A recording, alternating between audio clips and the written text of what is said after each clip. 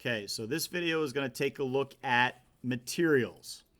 Materials are, they can be fun, but as long as you're using the right materials for the right purpose, okay? Materials, I'm going to start with the actual part files themselves. So I'm going to go down to the bottom here. And let's just take the mounting plate, for instance. All right, so my mounting plate doesn't really have a material specified. There are different types of materials. There are materials that embody the actual physical properties of the material, okay? And that can be found on the in the feature management tree. If you right click, you have a very short list of materials that you can automatically apply, or you can go into the edit material block. And if you click on that, that'll take a moment for it to generate all the necessary information, about 30 seconds or so. And if you look down below, eventually your SOLIDWORKS icon will turn into a little hourglass, and we patiently wait. So what we're doing right now is we're having the possibility to load in the physical material properties. Okay, it'll give you the weight and density and mass of each material and how it's applied to your part. The other material, oh, here we go. So I'm just going to change this to alloy steel. And I'm going to click apply. And you'll notice that these are the physical properties of alloy steel. So I'm going to apply and close. And it says alloy steel in my properties. And this is what the alloy steel simulated material looks like. Okay, this is not rendered. It's just a simulated material. I'm going to save this and then move to a new part. I'll work on the side plate. So this time, instead of using the physical material properties, I'm going to use the appearance of a material. Okay, and the appearance of a material does not carry any physical properties with it. I cannot measure the density or the mass or anything about the part. It is simply an appearance, okay? More so for rendering purposes only. And the best way to do that is through the little ball up top, or I prefer to use the little color ball on the right-hand side of the screen. So if I click on the little colored ball, I have a conglomerate of appearances, scenes, and decals, okay? So I'm going to go to appearances, and it gives me the option for a lot of different materials here. And I'm going to choose metal. And just to show different colors of things, I'm going to choose a copper. All right, so if I choose on the copper folder, it gives me different options for copper: polished or brushed or matte, satin finished, burnished, cast. Okay, and the way that this works is I'm going to left click on polished copper. I'm going to hold it down. I'm going to drag it over my part, and I'm going to let go. If I don't move my mouse, I have this little pop-up that comes up, okay? And each little icon means something different. So the first icon is just applying that particular appearance to the face that I picked, okay? Then the second one is to a feature, which happens to be the Boss Extrude 1 feature. Then it would be the body of the part. If your part has multiple bodies, you can select a particular body. Then you can apply it to the entire part itself, okay? And then you can filter certain elements of that appearance. So I'm just going to pick the entire part because that's really what this is. There isn't too much that's built into this that I can really separate it. So now I've got the appearance of polished copper. And again, this is a simulation, okay? It looks shiny. It has nothing to do with the rendering quality. Rendering quality will give you a more realistic, a photorealistic version of polished copper. So I'm going to hit save, okay? And I'm going to quickly jump to my assembly view because it should carry over. Okay, so immediately it says model contains within the assembly have changed. Would you like to rebuild? Yes. All right, so you can immediately see that there is a change in the properties and the colors of the mounting plate and the side plates. Okay, I can also do the same thing in the assembly view. All right, however, it won't take immediate effect going downstream back to the parts. So I prefer to do this in the parts. The tire, because this is going to be one of the most recognizably different parts. I'm going to go to my appearance and I'm going to choose rubber, and I want a textured rubber, and we do have a tire tread under textured rubber. So I'm going to drag that out, let go, and then attach it to not only the face, but we'll have the whole thing. So I'm going to choose part 5. Now, as cool as this is, the texture is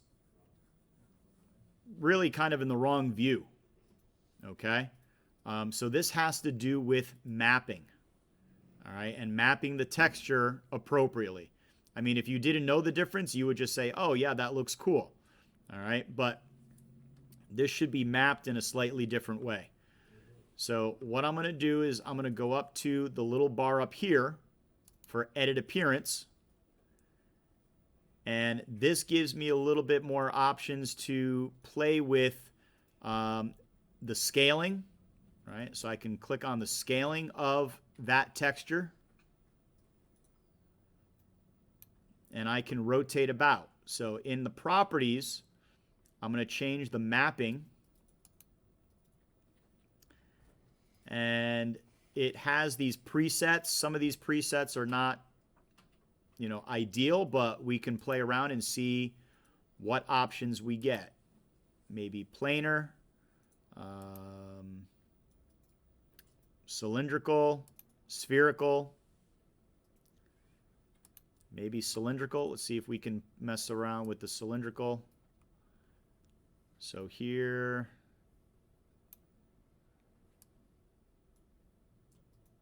rotating that about.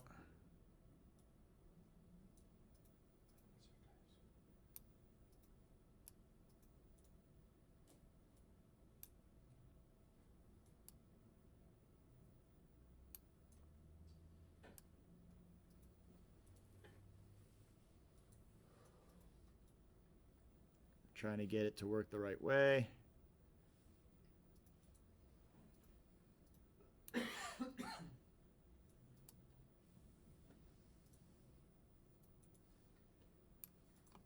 Changing the scale of it might help if I'm straight on, right?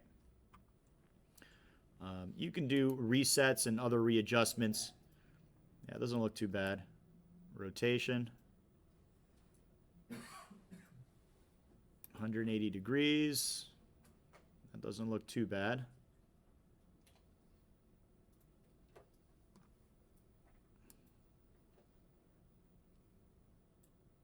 Although I think this is more in line. Why is the inside look weird, but the outside looks alright? Different surface.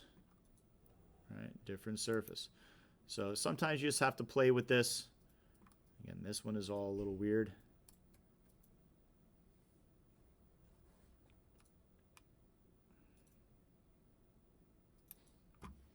And so it looks like it's contorting it a little bit. So again, just finding the right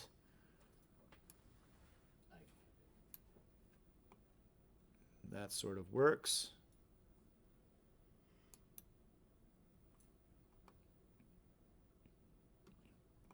So once you get that figured out and playing with some of the mapping controls, you can green check, save the part, go to your assembly. There we go. Now that looks like a tire tread. It actually looks better on the assembly than on the original part. Okay. That's interesting. So again, it might just be a little bit of lag in the processing power. Do the wheel, right? If we go to the wheel, again, playing with the appearance, you can make this two-toned. I'm gonna make, let's see, let's do, maybe we'll try something organic. I'll have a satin cherry finish side. So I want just that particular face.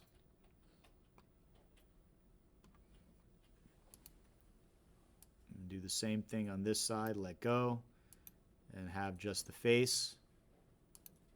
And maybe I'll have,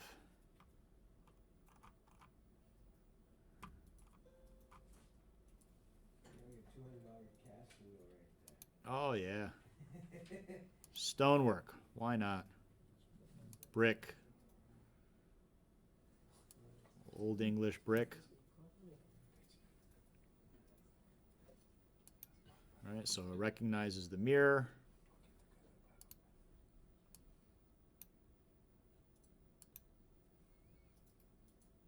So again, you can do a lot of playing around with this. Let's see, how about some glass? Sandblasted glass for the middle. Just go really crazy here.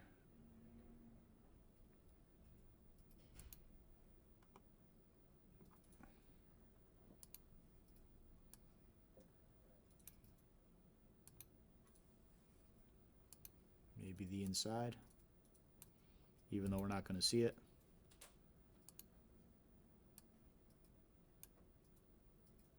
And let's do cut extrude 2.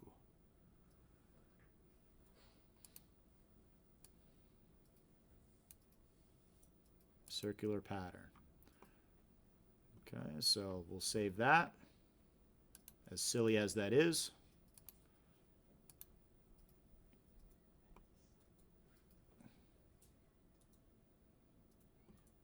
And there you go. So there's a lot of different things that you can do. Once you have your scene set or your property set, it should flow through to your assembly. And then you can either apply a scene through this top version here, or again, going through the drop downs under scenes. They have basic scenes, which is you can change the colors. So just drag it and drop it, and it changes the background.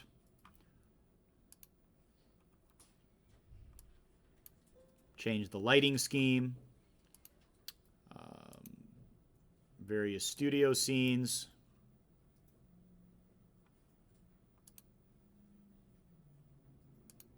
Some of the presentation scenes are interesting. All right, so this is kind of a 3D space where you can see around, so you can have a lot of fun with that to make it look like this caster might actually be sitting lost on the ground. Okay, but these presentation scenes are very tricky to manipulate, so I would try to stay away from them. Just stick with your regular basic or studio scenes.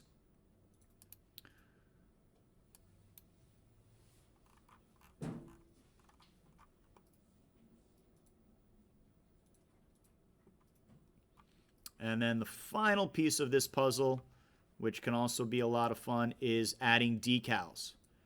All right, decals are basically like stickers. It has some very basic logos, but if you wanted to add a picture, which I hope you do and you should do for your pinball project, then you can do that through a slightly different method, not this method. So in order to do that, we're going to go over here to the tab and the display manager, and we're going to select view decals. And you're going to open the decal library. Oops.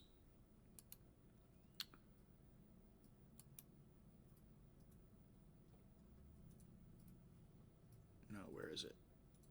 I'm sorry, guys. Render tools. Edit decal. Okay, and then here you can browse for a particular image. So let's see if I got some pictures. There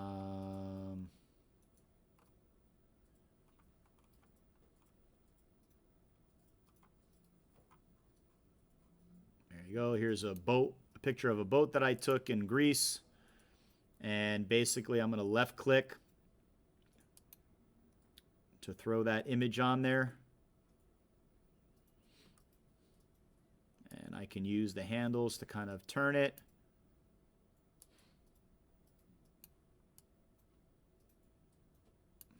Maybe I want the whole thing on the side as a graphic.